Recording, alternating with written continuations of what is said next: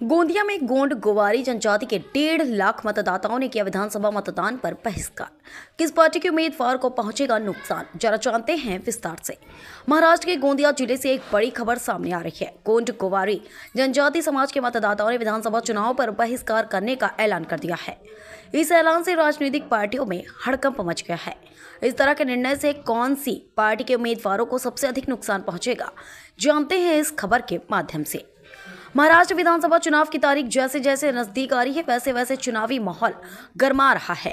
गोंदिया जिले के गोंड गोवारी जनजाति के संगठन ने ऐलान कर दिया है कि हमें हमारा संवैधानिक अधिकार नहीं मिल रहा है, जिस कारण महाराष्ट्र विधानसभा के चुनाव पर बहिष्कार किया जा रहा है।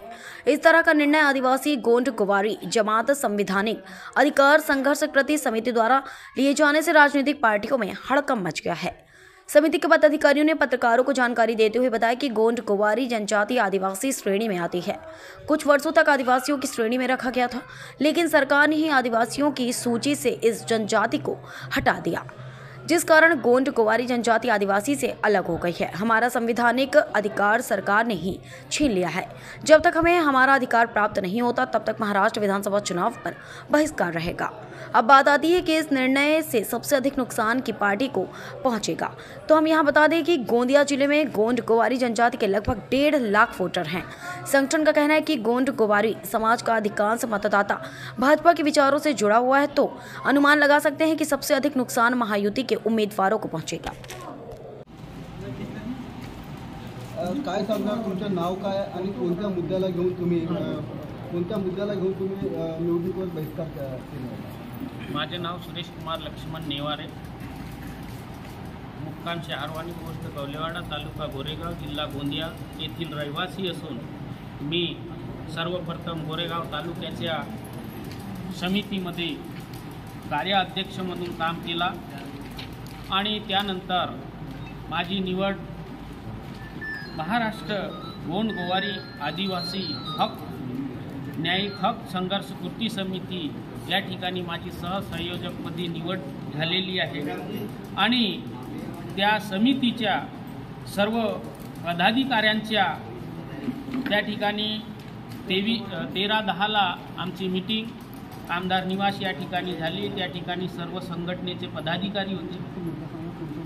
हां, मुद्दा आमचा हा आहे की आमचा न्यायिक हक्क आम्हाला प्राप्त झालेला नाही आहे आणि ज्या हक्कासाठी आम्ही लढत आहोत, आम्ही गोंड गोवारी आहोत, आम्हाला आदिवासींचा संपूर्ण हक्क आम्हाला मिळायला पाहिजे, अधिकार मिळायला पाहिजे आणि तो अधिकार आजपर्यंत आम्हाला मिळालेला नाही आहे। वेळोवेळी उपासने आणि अनेक मोर्चे काढले, यामधून आम्हाला काहीच मिळालेला नाही आहे। म्हणून जोपर्यंत आम्हाला न्याय मिळत नाही, तोपर्यंत आमचा हा बहिष्कार जारी राहील आणि 100% बहिष्कारच राहील। आमचा बहिष्कार आम्ही कधी मागे घेणार नाही। आमचा एक दुसरा प्रश्न आहे तुम्हाला की महाराष्ट्रामध्ये अमरावती आणि चंद्रपूर ह्या जिल्ह्यामध्ये तुमच्या एका म्हणजे गोवारी समाज समितीने ह्या बहिष्कार मागे घेतलेला आहे असे त्यांनी पत्रपरिषद घेऊन जाहीर केलेलं, त्यावर तुमचं काय थोडक्यात म्हणणं सांगा? ती गोंड गोवारी आदिवासी संघटना नसून ती गोवारीची संघटना आहे आणि ते असे विघ्न संतोषी लोक राहतातच आणि यांच्या माध्यमामधूनच आजपर्यंत आम्हाला न्याय मिळालेला नाही आहे। आम्ही आदिवासी गोंड गोवारी हक संघर्ष कृती समिती याच्या पाठीशी आहोत आणि नेहमी राहणार आणि त्रिमूर्ती जे उपोषण करते आहेत त्यांच्या पाठीशी आम्ही राहणार। ते आमचे मार्गदर्शक आहेत, ते जे निर्णय घेतील तो निर्णय आम्हाला मान्य राहील, पण आमचा 100% बहिष्कार राहील। काय म्हणता अनिल भाऊ, तुम्ही एकीकडे भाजपाचे महामंत्री आहात आणि दुसरीकडे तुमच्यासमोर एक असा प्रश्न निर्माण झालेला आहे की गोंड गोवारी समाज हा निवडणुकीवर बहिष्कार करीत आहे, तर ह्या संदर्भात काय सांगू शकता की भाजपाचा एक महामंत्री असून सुद्धा तुम्ही ह्या आंदोलनामध्ये सहभागी झाला, तर काय तुमच्या पार्टीच्या वतीने तुमच्या काही कार्यवाही करण्यासाठी काही पत्र आला की काय आलं?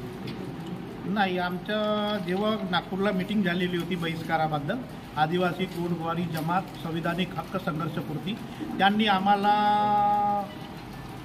म्हणजे सर्व महाराष्ट्राचे सर्व पदाधिकारी होते, तिथं आम्ही होतो, आमचे अध्यक्ष होते, तेव्हा त्यांना सांगला का 101% आपल्याला बहिष्कार करायचा आहे। तर ते बहिष्काराची भूमिका घेऊन आम्ही गावोगावी फिरत आहोत, आम्ही तालुका पातळीवर फिरत आहोत, आम्ही जिल्हा पातळीवर फिरत आहोत आम्ही भाजपा कार्यालयामध्ये बी सांगितला का यावेळेस आम्ही आमच्या समाजाचा बहिष्कार आहे. मला महामंत्रीचा पद आहे, मी महामंत्रीच्या पदाचा जाहीरनामा तुम्हाला देत आहो. परंतु त्यांनी म्हणाले का ठीक आहे, तुमच्या समाजाचा बहिष्कार आहे तर तुम्ही हा काम नको करा, परंतु तुमच्यासारखं आम्हाला कार्यकर्ता मिळणार नाही म्हणून तुम्ही आम्हाला हे द्या नको पत्र वगैरे, परंतु तुम्ही आपल्या समाजासोबतच राहा. मला त्यानंतर मला कोणी जबरदस्ती केली नाही न काही नाही ना, मी सर्व काही आपले काम वगैरे सर्व काही आपल्या समाजासाठी करत आहो न समाजाची मीटिंग घेतो. माझे नाव विजय कुमार शिवग्राम नेवारे, मी तालुका अध्यक्ष आहे. सर, माझा तुमच्याशी एक छोटासा प्रश्न आहे. निवडणुकीवर बहिष्कार करणे म्हटलं तर हा संविधानिक अधिकार नाही आहे असं शासन म्हणते. तर जर तुम्ही जेव्हा हा बहिष्कार जर टाकला तर तुमच्याकडे कुणी शासनाचे अधिकारी आले आहेत की एखादं पत्र आलं आहे की काय त्यांनी काय समजवण्याचा काही प्रयत्न केला? आम्हाला अजूनपर्यंत कुणी समजवण्याचा प्रयत्न नाही केला. जसा शासनाचा अधिकार आहे का मी मतदान करणे हा अधिकार आहे, पण डॉक्टर बाबासाहेब ज्या संविधानाचे शिल्पकार डॉक्टर बाबासाहेब आंबेडकर यांनी सुद्धा असं म्हटलं आहे की भाई अन्याय करणाऱ्यापेक्षा अन्याय सहन करणारा हा गुन्हेगार असतो.